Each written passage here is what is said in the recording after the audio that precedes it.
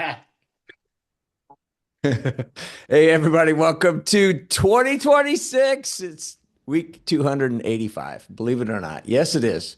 I am wearing the brightest thing I could find because I'm hoping that this is a bright year for everybody.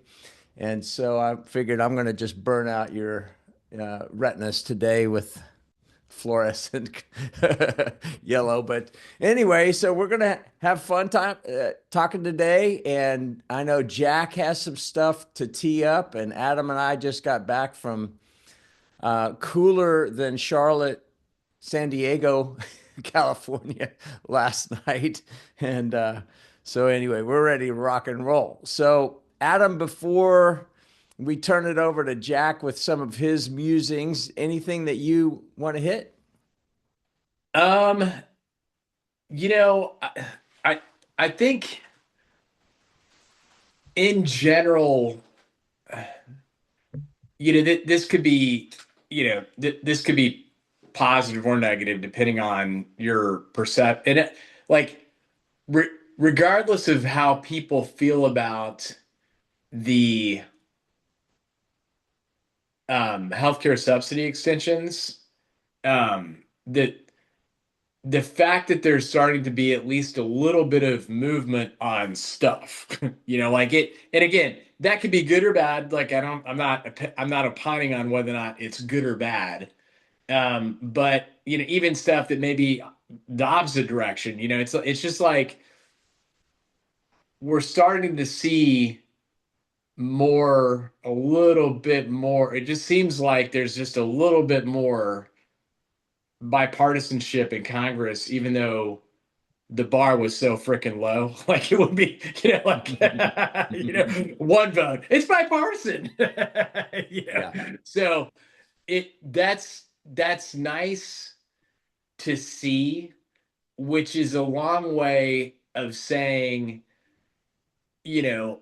regardless of the noise in in the news, because I got home yesterday from San Diego. It's like my wife Julie was just in a depression over, Minneapolis, which sucks. At the same time, how that relates to economics and our business, I think for 2026 is going to be mean not at all. So I, it's not that I feel, well, I feel optimistic like your green shirt for 2026, Gary. Yeah. But I think the best way to really say it is that, and mark my words because they'll be wrong, but it just seems like 2026 is going to be the year of like, but there isn't a shoe that's going to drop. Like it may not be the best year ever, but it certainly doesn't appear like for 2026 that there's a shoe that's going to drop, because there hasn't been a whole lot that's changed on the tariff front. The court case is coming up in June with the Supreme Court. It's certainly not. I can't see it getting any worse. Like the worst case scenario would be the Supreme Court says, yeah, he's got the authority to do whatever he wants. In which case, we're at where we're at. The positive side would be a little bit of chaos and some refunds. Interest rates. It seems like regardless of who the next Fed chairman is, the consensus is we're going to go, anywhere between a quarter and 1 point down.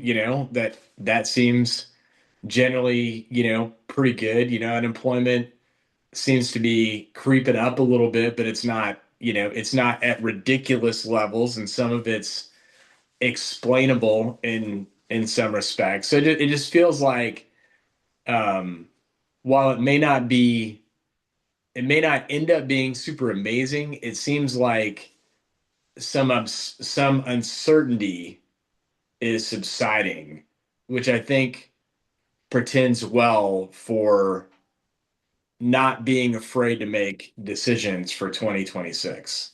So soapbox complete. Oh, so you brought up an important term, probably by accident, but maybe it was your subconscious. But you said the term It may not be the best year ever. Well, wait a minute. I think Yeah. it should be the best year ever. Yeah. And I'm putting this in the chat for everybody. Um, I am not kidding. One of the coolest things that I've experienced at BGW was going through the Sandler Best Year Ever 3 hour me time planning exercise. Um, it is really, really good. I've got every one of my prior 6 years doing this. And if you can attend, like if you're tied into this and tied into BGW, the $99 per person fee is being waived. So we've got 60 seats in person in Charlotte, and then I think we have up to 500 online. And I think we will have hundreds of people online that do this. Um, and so during COVID, yeah, we did it online. But anyway, it's our gift to you. So if you can do it, it's the 14th of January. I put the notes in the webinar chat for everybody. So grab it if you can, but give yourself a gift that, yeah, it's a 3 hour investment, but I'm telling you, it pays humongous dividends. It's really good. It's just really cool. So anyway, Jack, speaking of, like, let's talk about the best M&A attorney ever, Jack Santinello.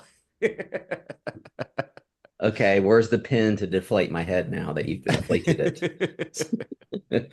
So, Happy New Year to everyone. And I wanted to go off script a little bit, and I warned Gary about this as I was running to the restroom to get coffee and get water when I turned this on. But I had the good fortune and blessings to be able to go to Hawaii over the holiday, and we were on Main Island, which has a volcano that has a little bit of activity, and so we missed the prior eruption. It's probably going to erupt in the next 48 hours or so. It's anticipated Wow. to, but I'm going to share some video and show you what's been going on over the Oh, past show and 12 hours tell. or so. Just because, I mean, there's no way to describe it other than to show it to you, but it That's is. cool. So I hope you don't mind the imposition of me doing No, that. go for it, man. I Okay. mean, it's appropriate. Show and tell. We're back from school break. Okay. So we were standing. So this camera is mounted behind the observation area. So it's a national park.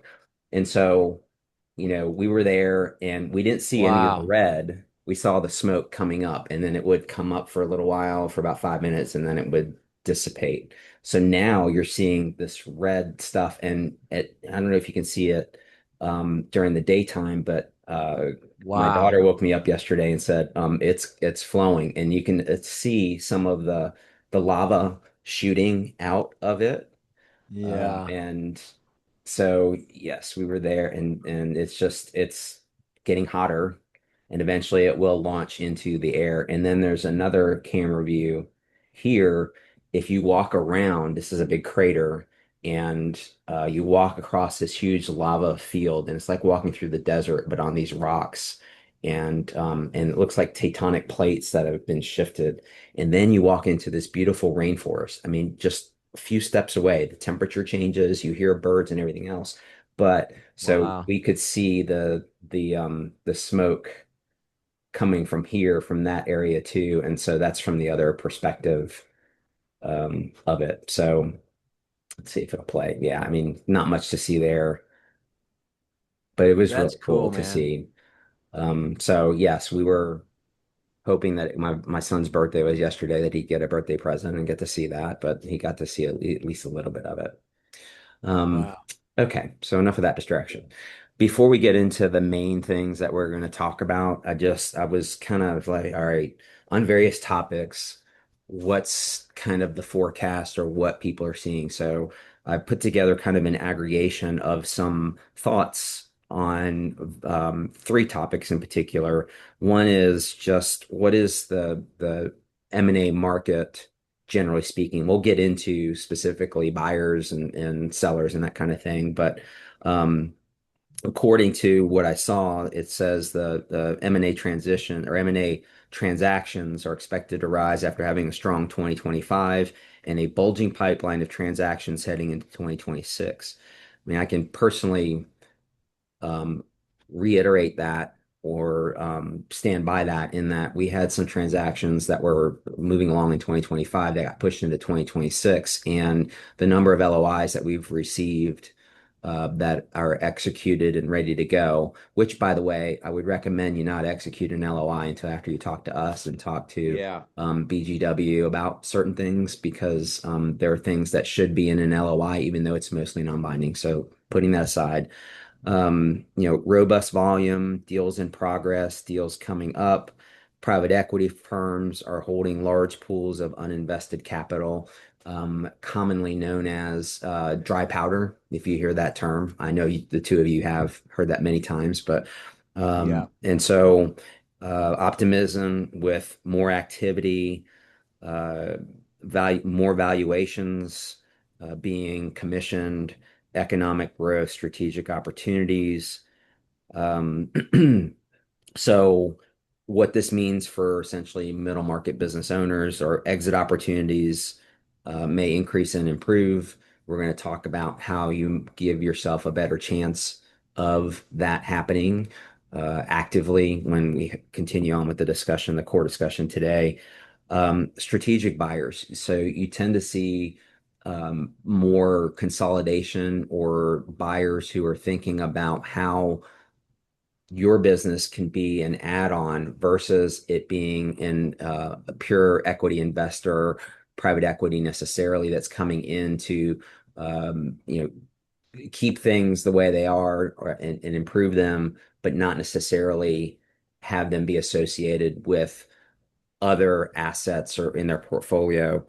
And lastly, that preparation matters, which we'll also talk about, and we've been talking about for a long time as to what you should be thinking about, what you should have been thinking about, kind of thing. So, the other interesting topic is AI, and I just continue to be fascinated by it. The way that we used it on our vacation to find out things and for it to tell us, okay, your best day to go. And there are sites that will do that, but to have real life telemetry that is aggregated from various sources. And you can see, all of you have used AI, you can see where it's pulling the information from. So it's pulling it from all these sites to tell us, yeah, if you're going to go to this market or do this, the best time is to go between 9 a.m. and 11 a.m.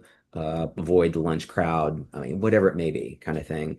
Um, it also told us to when to predict all this volcano activity. And so we were kind of bummed that we were going to miss it, but we were told by AI to do these other things, like to go see the vents that will basically give you a very hot steam bath. And if you're not careful, will burn you.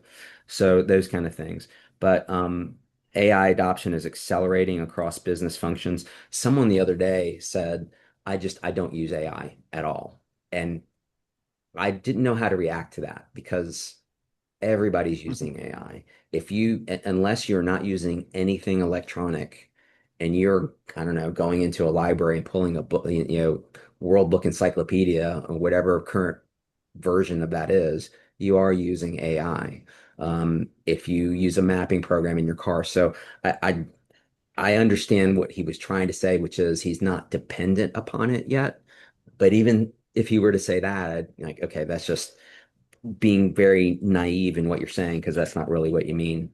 But for us business owners looking to productivity improvements by eliminating repetitive tasks, reducing labor bottlenecks, providing deeper insights that manual analyses miss.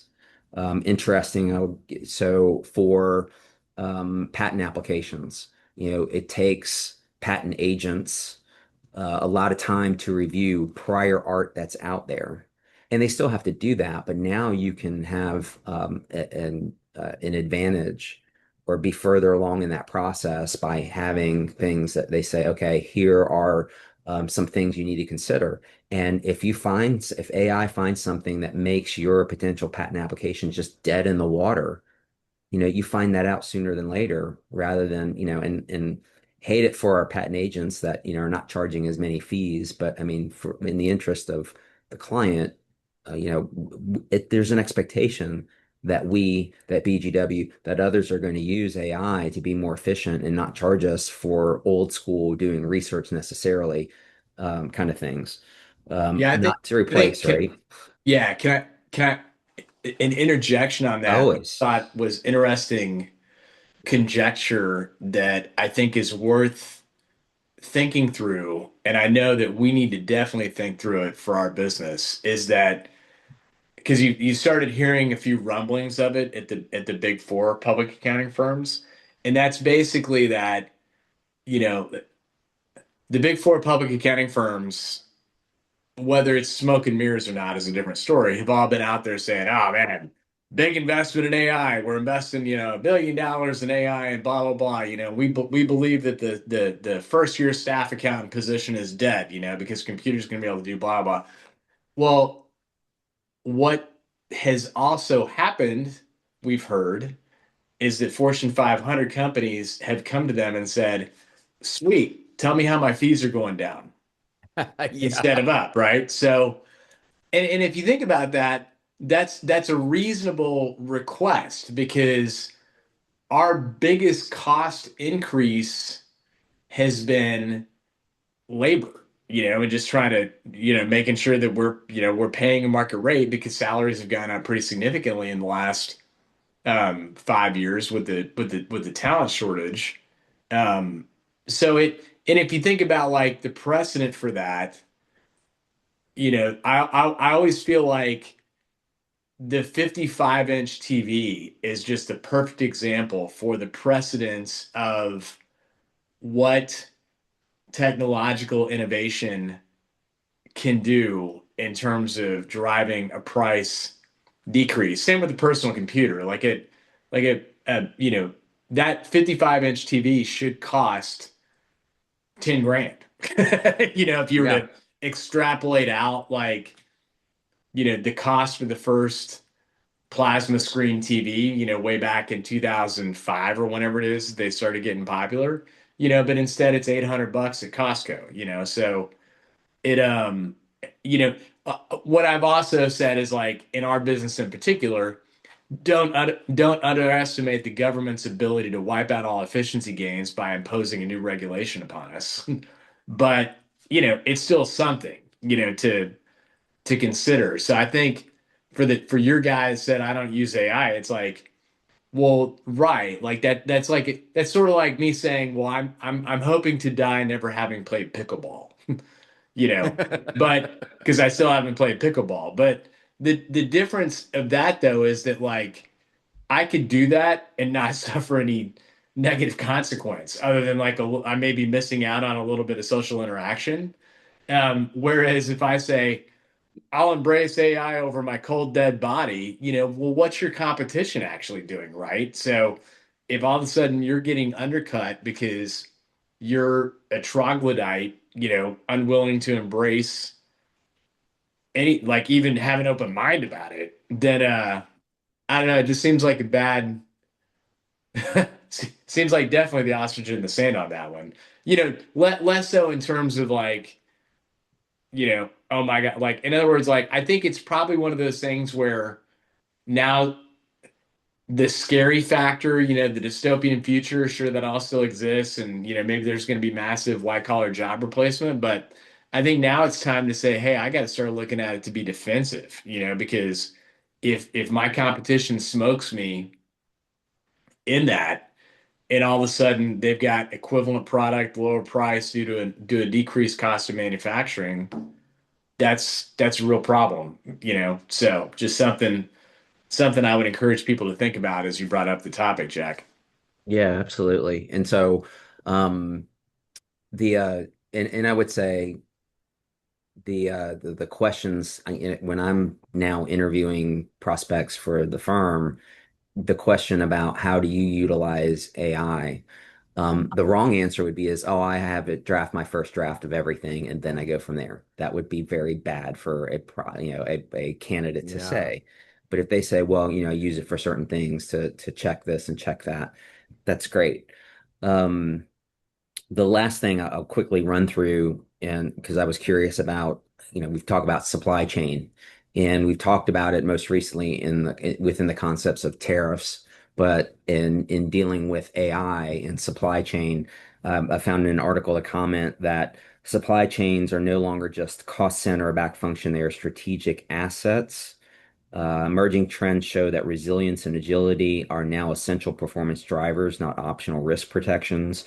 So, kind of integrating AI into real-time data and visibility, tracking operational metrics, cycle times, supplier health, um, intelligent forecasting, simulation to help companies anticipate disruptions rather than just react, diversified supplier networks, which we'll also kind of talk about in a few minutes about being beholden and not having diversification, not just of customer, but of your suppliers potentially, and then digital integration, guiding logistics and procurement decisions. So basically, the message there is that embrace it properly, and to restate that if you will get behind your competitors if you don't, I predict. And I say that also with in my head hearing Skynet, Skynet, Skynet, Skynet. So, take it for what it is.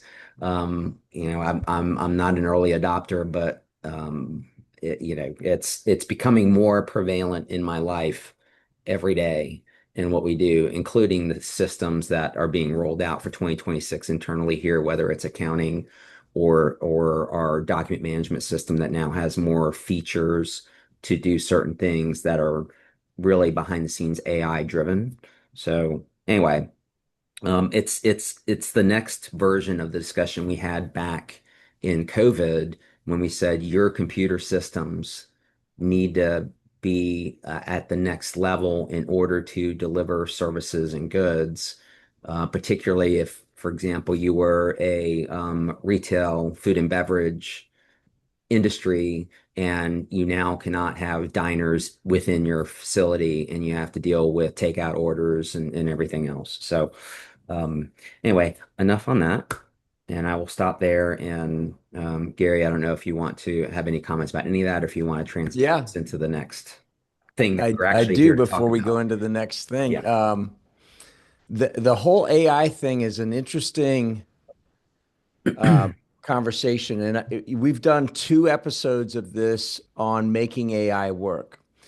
And the last guy so we had Chad Jenkins, early adopter, bleeding edge guy, and then he connected us to Tom Labat up in Ohio, even more bleeding edge. And he has a thing called simplified AI, and he does a boot camp. And I really want Adam and myself and one of our people to go through this boot camp because basically it takes and it exposes you to all these AI platforms and actually how to use them in a simplified term. Because right now, if you probably polled anybody that's using AI, the vast majority, the bell curve would be I use ChatGPT as my Google search, right? It's like, hey, Chat GPT, what about this or that? And it took us, my wife and I, to the mountains, to a great place that we'd never heard of for Christmas because our kids and grandkids weren't back. So we wanted to be around some people and something that was Christmassy. And it was really incredible at the Highlands in North Carolina. It was incredible.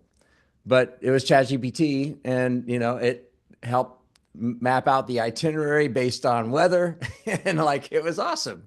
It was really cool. But I think we have to look in, like, what is it that what's available out there? Like, I created an app that was going to my minimal price for having this app developed was $50,000. That was the minimum. Up to $100,000 is what the quotes were. And we've got a huge AI team of 20 people, but they're boiling the ocean. Like I would have to wait in line for my little app. And like, all right, they're boiling the ocean for the rest of us as part of the Ascend firms, which is great. But I'm like, I'm not waiting, so I got to do something. Well, a $40 a month app and about 20 hours of my time, we built a very cool, very functioning app that is every bit as good as the $50,000 one or $100,000 one. And I'm like, it's incredible. But if you don't have awareness of what's out there, how would you know? Well, like we went through three different programs, GenSpark AI, then Base 44, and then Replit. I wouldn't have known about any of that had it not been for Chad Jenkins and Tom Labat. So I think it's up to us that we have to um, educate ourselves and stay curious, and then also understand like what does the human component bring to this thing versus the AI, because I can go on to LinkedIn and I can tell you very quickly what's AI commenting and even writing. I mean, it's good, but it's not you. And that doesn't create connection. And if you look at where I think we're going to be going, we have to identify, all right, what's the stuff that is appropriate for AI, but where can we add value that only humans can do? Where can we have human connections?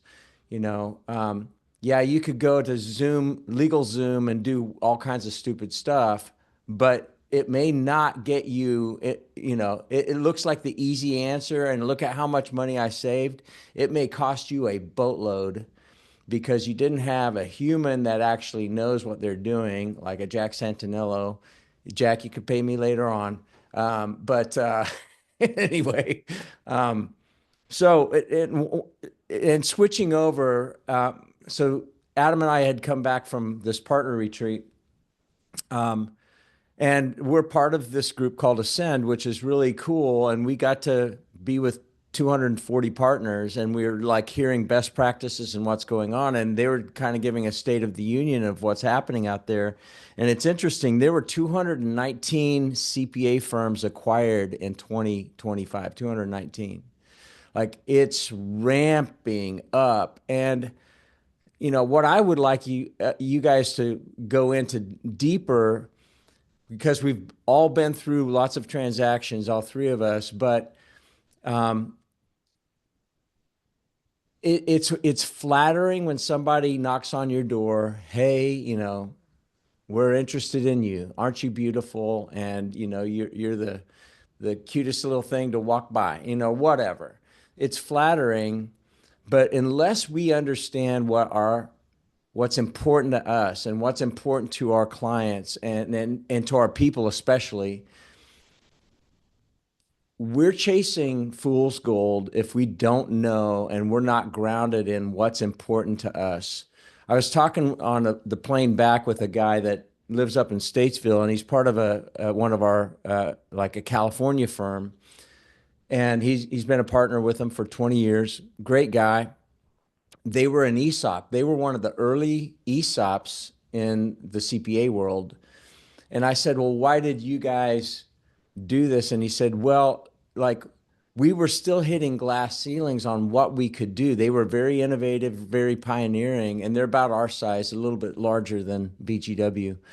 And he said, we needed some capital to be able to do additional things, but for us, it was remain independent, but be part of a greater group that we can ascend together. Like, remain independent, ascend together. That's a cool thing.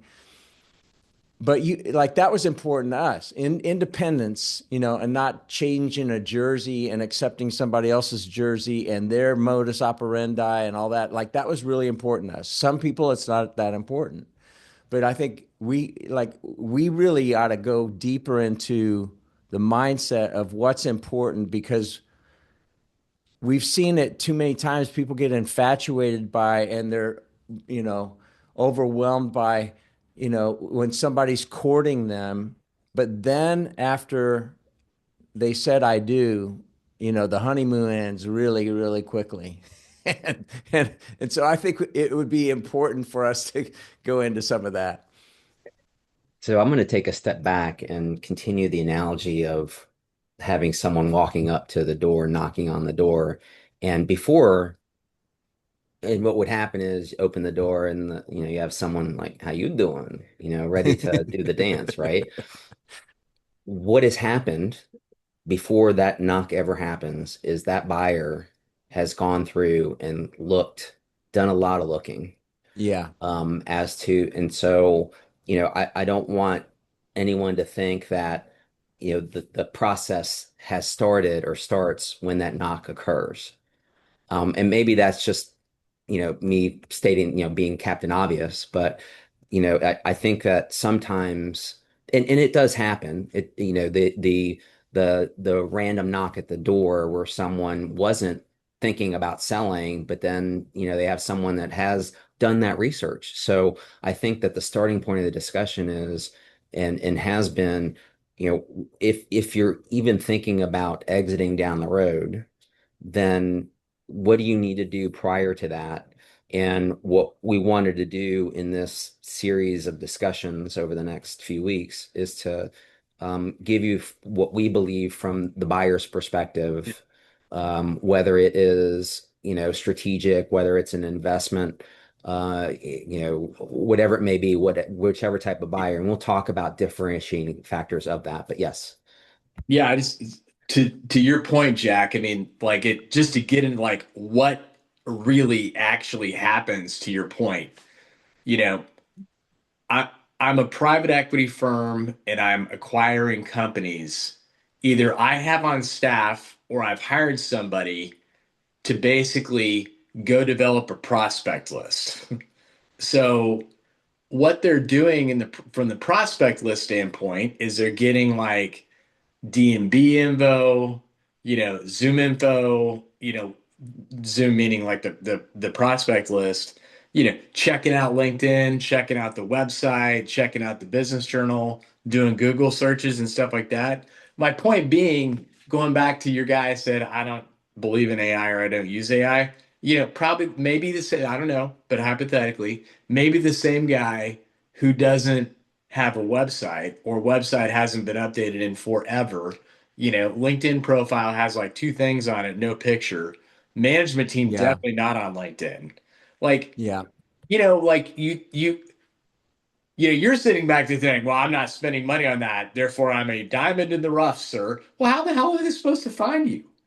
Yeah. And independent of that, like they're not looking at you as a diamond in the rough. They're looking at you as like, ooh, this is gonna be a Dinosaur. target. So like that literally is how they find the people. So sorry, continue, please. No, that's fine. And I guess kind of also disturbing is that some buyers believe that, well, once they start looking, they'll see my story, they'll see the numbers. And so, I don't really have to do very much, or, and so that having that mentality is very dangerous, even if you have your stuff together, or taking the position or mentality that, well, I know there's a few things that I could probably fix, but I'm not going to invest in fixing those things because that'll either be fixed by the buyer.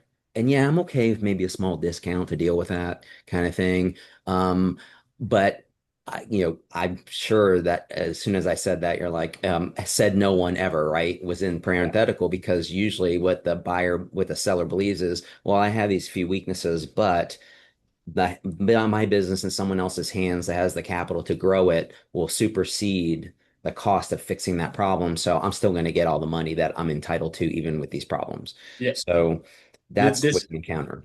yeah, this literally was a text exchange that I had at 10:54 a.m. How is your calendar Monday for a 90-minute due diligence call? Or would you want Tom, who also works on the account, to do instead of you? My response back, Tom's going to be best at the weeds questions. Meaning Adam, is going to be better at the why would you ask such a stupid question vibe, which Jack can attest to. What kind of a call do you think it'll be? His response, haha, perfect, let me find out. So far, everything with Cone Resnick has been very in the weeds, like poke my eye out in the weeds. This is like, and this is a guy that's Cone Resnick's the due diligence firm, and it's a guy who had his crap together. Like really had his crap together. Wow. Yeah. Yep. I also put together a little red flags list for buyers as they're going through. And these are things that we've talked about, but I just want to make sure that we cover it topically and then we can go into the details. But um, owner dependence on daily operations, uh, customer concentration, unclear, inconsistent financial reporting, informal HR and compliance policies, loose or missing customer contracts, weak internal controls, unclear succession planning, poor documentation of processes, regulatory exposure or outdated licenses, and inconsistent revenue streams. We have covered all of those things many, many times over in the past several years that we've been doing this. But what those things equate to is you can put like minus dollar sign blank, minus dollar sign blank on this list because that's what you're doing is if you don't have these things together, you're creating deducts off of the purchase price and or kicking the can down the road where they're going to say, "Hey, we're going to pay you this ton of money because we believe that the business is valued at, as you say it is. However, we want to make sure. So what we're going to do is we're going to put money into an earnout. And you know what? Everything, if it goes exactly the way you say, and I know you have confidence, and we have confidence in you, buddy, but just in case it doesn't turn out the way you think, we're going to grab that money back. Or in fact, we're never going to give it to you.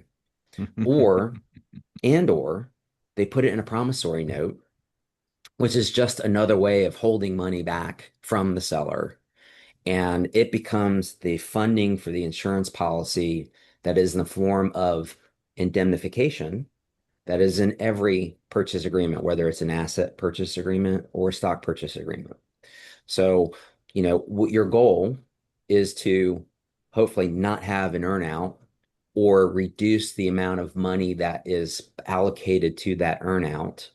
And then if you have an earnout, reducing the risk of forfeiture and hopefully not having payments pulled out to, later on that then can be, well, we're not going to pay you that 100K that we owe you for this month. We're going to pay you $72,592.18 because we believe the rest of that is an offset based upon the inaccuracies that you had in your representations and warranties in the document that now we have to deal with. So that's how all those things come about and get put together.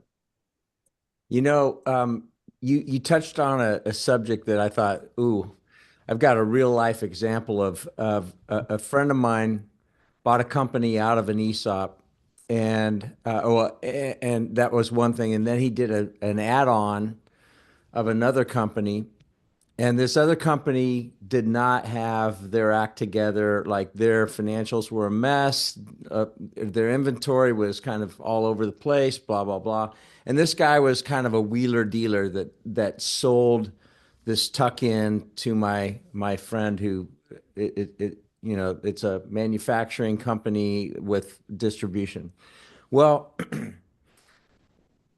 my friend is a very good investment banker guy, or was, and a good operator, and he had really good legal counsel to make sure that the wheeler dealer guy, you know, and all his reps and warranties actually it had teeth in it, right?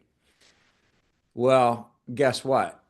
A lot of the inventory that they had on premises was not certified as it was, and it's a highly regulated kind of industry where these guys are in.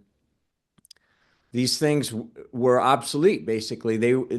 He represented that they're all certified, blah blah blah. They weren't. Well, the the seller thought he got away with, highway robbery, and oh no, no.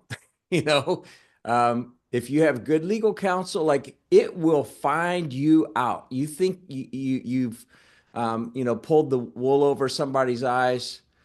You think that you're hiding something. If the buyer and I think there are a lot of sophisticated buyers, especially if they have good legal counsel and they have good accounting counsel. And I'm not saying that just, to be self-serving for us. I'm just saying I've seen it.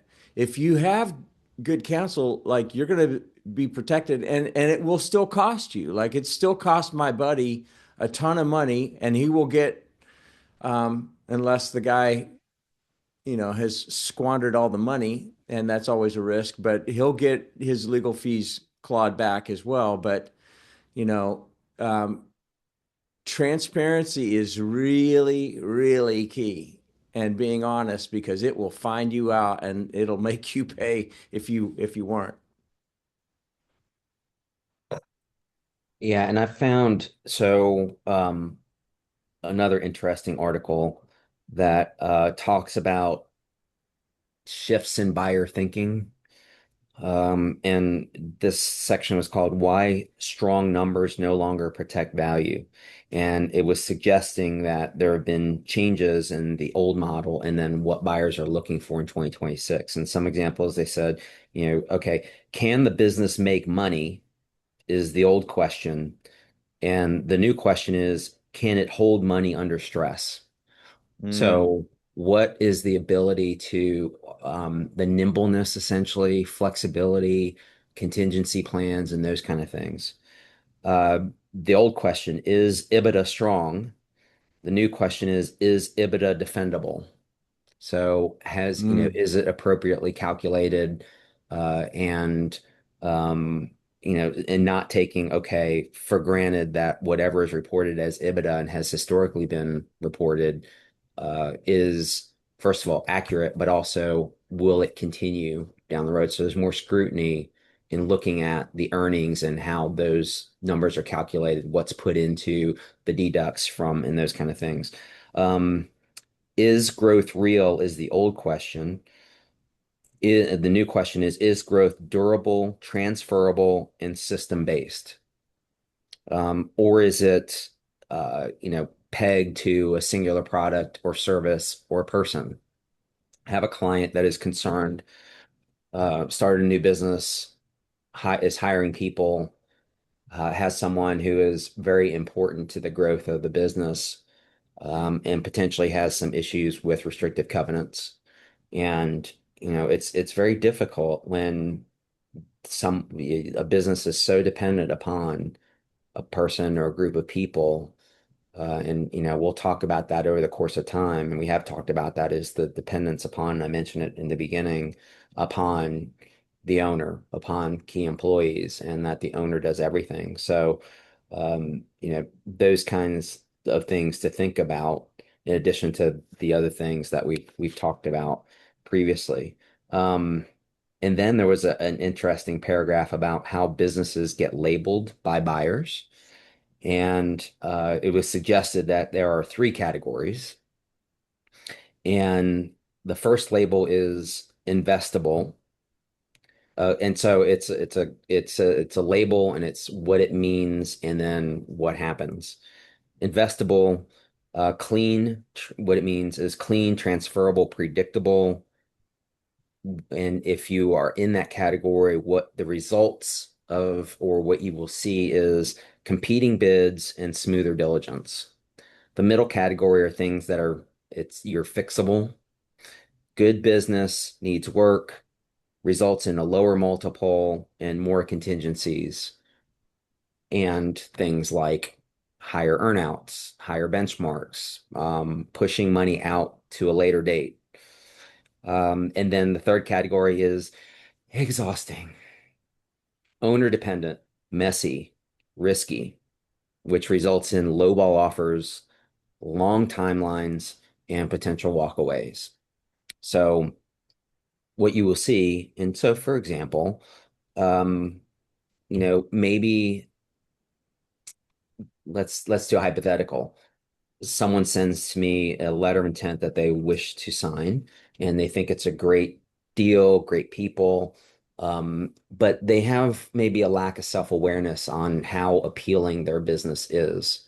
And I know Mm. this because I've been involved in their business, meaning dealing with creditors, dealing with debtors, dealing with suppliers, those kind of things. And so I know, and I also know that they don't have long-term contracts. So how appealing are they going to be to? And so knowing that they are about to sign an LOI that locks them up for um, 4 months. So there is a no shop provision that says that you cannot go talk to anybody for 4 months while this LOI is in existence, and you can't terminate the LOI unless there's certain grave circumstances. So basically, digging a hole, being handcuffed to this prospect buyer. I will tell you, I'm currently in a deal where the exclusivity period has expired on December 31st. And they, back in the middle of December, opposing counsel was very gung-ho about getting an extension to the exclusivity until the end of January. They sent us the asset purchase agreement. I went through it and made suggestions and changes. What I got back on a very delayed basis was basically a reversion back to the original agreement. And so I was like, okay. So that's when I will have a discussion with my client and say, what do you want me to do? Here are your options. You basically go back to the business people and say, your lawyers basically said no to everything. Or I can go and give a further explanation as to the reasons why I made these changes, which I shouldn't have to do, but I will do if it's helpful. In this instance, it was okay. The ones that are maybe controversial, take the more substantive ones and give an explanation. And so, in fact, just recently, earlier this week, went through with opposing counsel.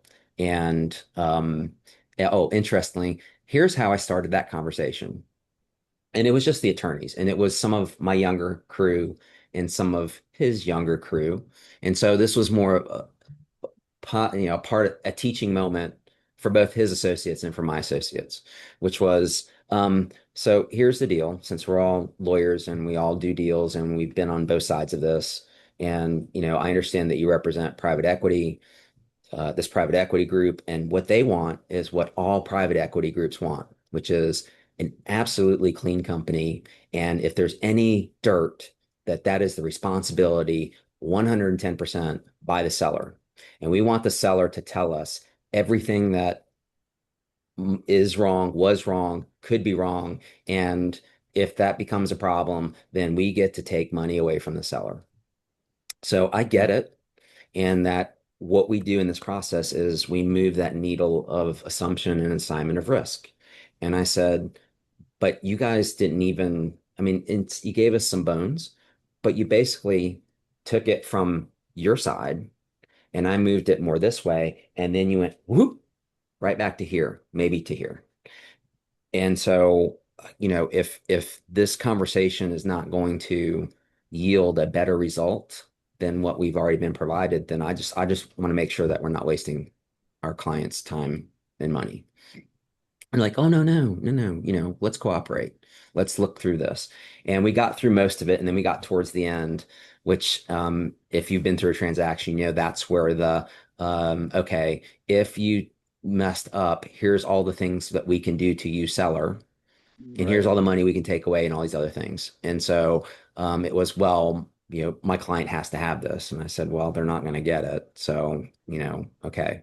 And we argued each other's sides. And then we're like, okay, well, what I love is when the other side says, let's put a pin in that and let's discuss it later. And it's like, okay, fine, we can do that. But we each know our client's position. So what I'm telling you is you have to assume that risk.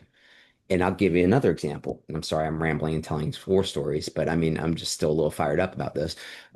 So You get to there have been, and this is in talking about AI and technology and everything else, there have been no breaches of data, of confidential information, of anything whatsoever, ever, period. And I said, my client, it's not that he's not sophisticated. He's just not some mega company that can make an absolute representation. So what I had done is I had put in, to seller's knowledge, no material Yeah. issues, essentially, right? And they're like, well, that should be on seller if something happens. I said, it's on seller and we will take care of it, but I'm not going to basically give you an insurance policy that this has never happened. Let me ask you, do you know if there's been any breaches at your law firm? And he looked at me in, silence.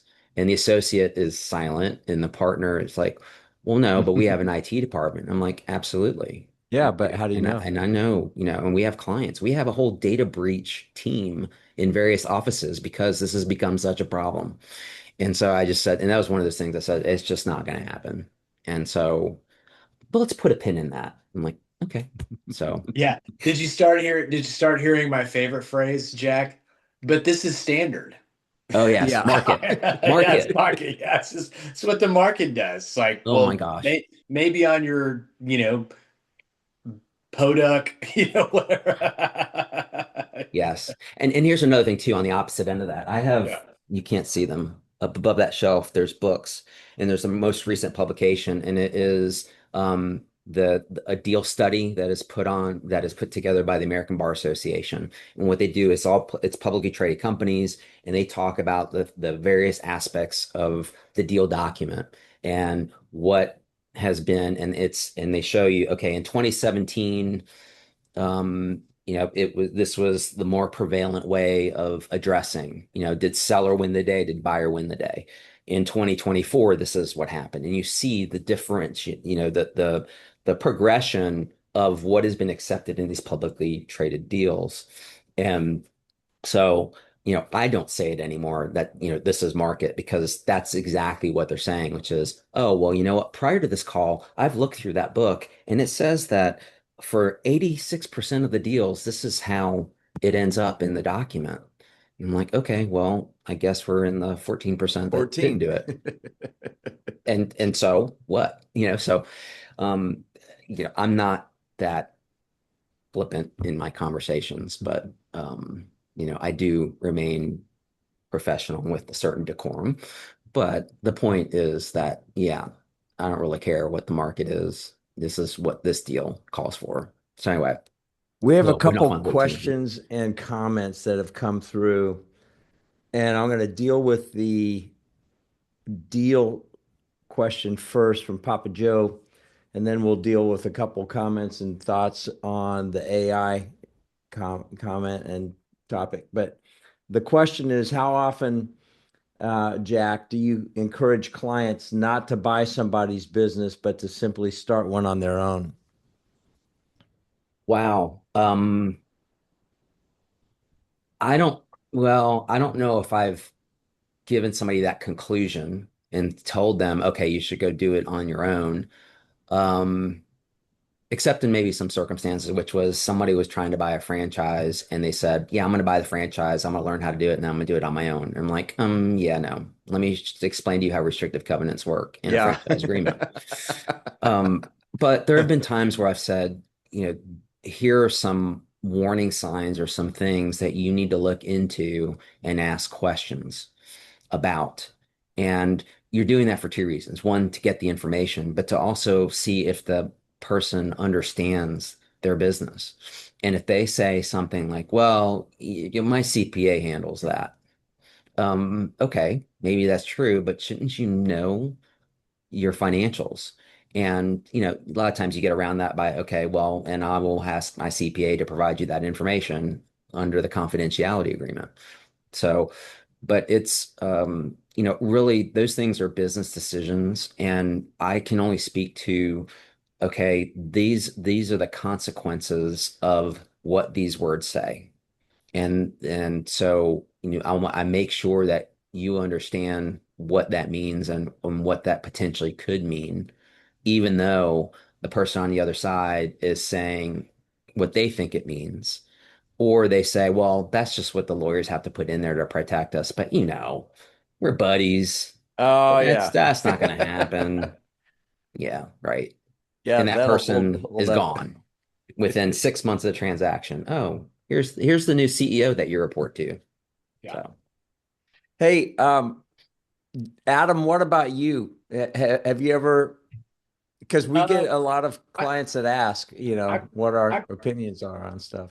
I think I'm probably with Jack. I don't think I've ever said you could start it from scratch, meaning like you should start it from scratch. Where I have used you could start it from scratch is more in the context of I'm thinking of buying the company and the seller has overvalued it. Like they're just asking too much. So it's like, okay, let's really think about what it would take to start this business from scratch to kind of get back to this is a ridiculous valuation that they placed on it. So I've used it more as a negotiating tactic to help a client think through what they would be willing to pay, you know, more than just like, hey, don't buy anything ever, just start from scratch. Yeah. All right, that's good. I'm going to go to a comment that Papa Joe said since we were talking about Papa Joe. Always good to have you here, Joe, and Happy New Year to you. He said, I saw a comment that rang true the other day. AI eliminates the possibility for employees to say that they didn't have time to complete the task. Yeah. Oh, that's pretty good. And then Jorge, hey, Happy New Year to you, Jorge. Good to see you here. It said speed is already a differentiator in all businesses, including accounting and law. Shouldn't we shift the conversation from what not to use AI for to how can we adopt it to raise, hold on, uh, the bar and helping us become more efficient? that's an interesting question. I would say that if you use it properly, again, from my perspective, it's thought-provoking. So I'll give you an example. I've been just kind of testing our internal AI, and I put it through some vigorous testing, and I said, take a Delaware, I was trying to make it purposely difficult. Take a Delaware multi-member LLC that's treated as a C corporation and turn it into a North Carolina LLC that's treated as a partnership. And the reason why I did that is there's nuances. So, for example, you file a certificate of formation in the state of Delaware to form an LLC versus you file articles of organization in North Carolina. It did, in fact, pick up on things, and in fact, picked up on one thing that I had not picked up on or thought about. And I was like, wow. So, embedded in the middle of the document is, again, a defined term that is different in each state. And it said, by the way, did you mean to say this? Mhm. And I was like, yes, Mr. AI, I did mean to say that. Now, again, so then it got me thinking, what else? And then, I was like, all right. And I asked it to change the citations to the statutes. And it didn't do a good job about that. Now, I would never rely on it to do that. I would, if I'm going to do a North Carolina LLC, I would start with a North Carolina LLC operating agreement, but I was just curious to see what it would do. So I think that, to translate that into a non-law business is to use it to assist with thinking about things that maybe we become so focused on what we're doing and we sometimes don't think outside of the box or we forget to think outside of the box. And I think that for me, I see that as a tool to make sure you do think outside of the box before you come back in. Yeah. I had my first planning call where a client said, I uploaded my prior year tax return to chat to see if chat had any suggestions on what questions I should be asking you. And I actually had a little panic attack for a minute. And fortunately, his tax return was so complicated that he just laughed and said, well, Chat's bombed out. So I guess you're doing a good job because AI couldn't find anything, that I should be doing differently. That's funny. Before we go, I want to not just because my marketing manager is on the line, as I can see, but I've been reluctant to share our the link to our subscription for our client alerts because it is a mixture of things that are particular to the local market and the local office, but also, and I see an evolution that it's more applicable across the board. And in particular, we have an alert that comes out now related to cybersecurity and AI and security risks associated with that, in addition to things like estate planning and things like that. So, what I'm going to do is I'm going to, if you don't mind, Gary, because I can't Put do it in, this, baby. I'm going to put it in. If you could share it with others. And again, I don't, this platform, these discussions over the years were never intended to be self-promoting, but I think in this instance that it is appropriate to share that.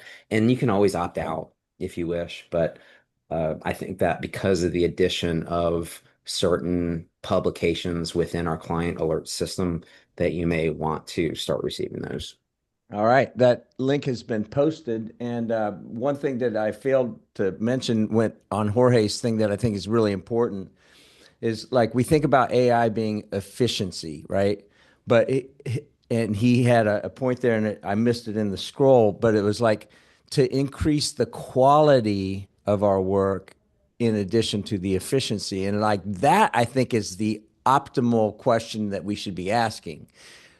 Can we improve the quality of our work by using this tool or other tools?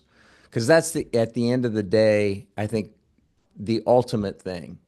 Um, you know, because and also if you look at just Google, um, there was an AI experiment with ChatGPT, and they had a picture of the rock, and it said, "Don't change anything. Um, just keep replicating this image." And they did it 100 times, and it ended up looking like almost a Fred Flintstone with big blue lips. I mean, like the Joker lips. I mean, it was the craziest thing. So just because it spits it out doesn't mean that it's good. So Yeah, anyway. and don't be over reliant that it's 100% accurate either. I'll give you an example. I put another document in there to see what it would do, and it was telling me, "Oh, by the way, this is an undefined term. This is an undefined term." No, it was a defined term, but it wasn't interpreting it as a defined term. So it was telling me that I have undefined terms in a document, that are capitalized. And so just, Uh, be mindful. And I think that's the risk, and that's what I hear a lot is the risk is that we see success and we see, oh wow, this is a great tool and this has helped me and it's improved the quality and the efficiency. And so I'm going to continue to use it. And then you get, I want to say academically lazier. yeah. And you're like, okay, it's probably right. That's good enough. And then you use it, and then it just is exponentially, if you start out with something bad and then you build upon it, you're just kind of increasing the inaccuracy of the core. So you're corrupting the whatever it is that you're doing.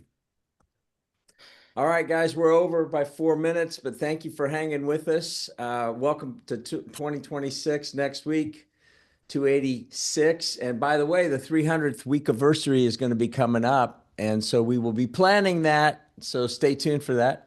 Anyway, thanks for joining us. Thank you for what you're doing. Enjoy the day. And this will be up on the BGW YouTube channel as well as Shoemakers later on today. You All guys right. have a wonderful Awesome. day. Thanks, guys. See y'all. Thanks. Bye.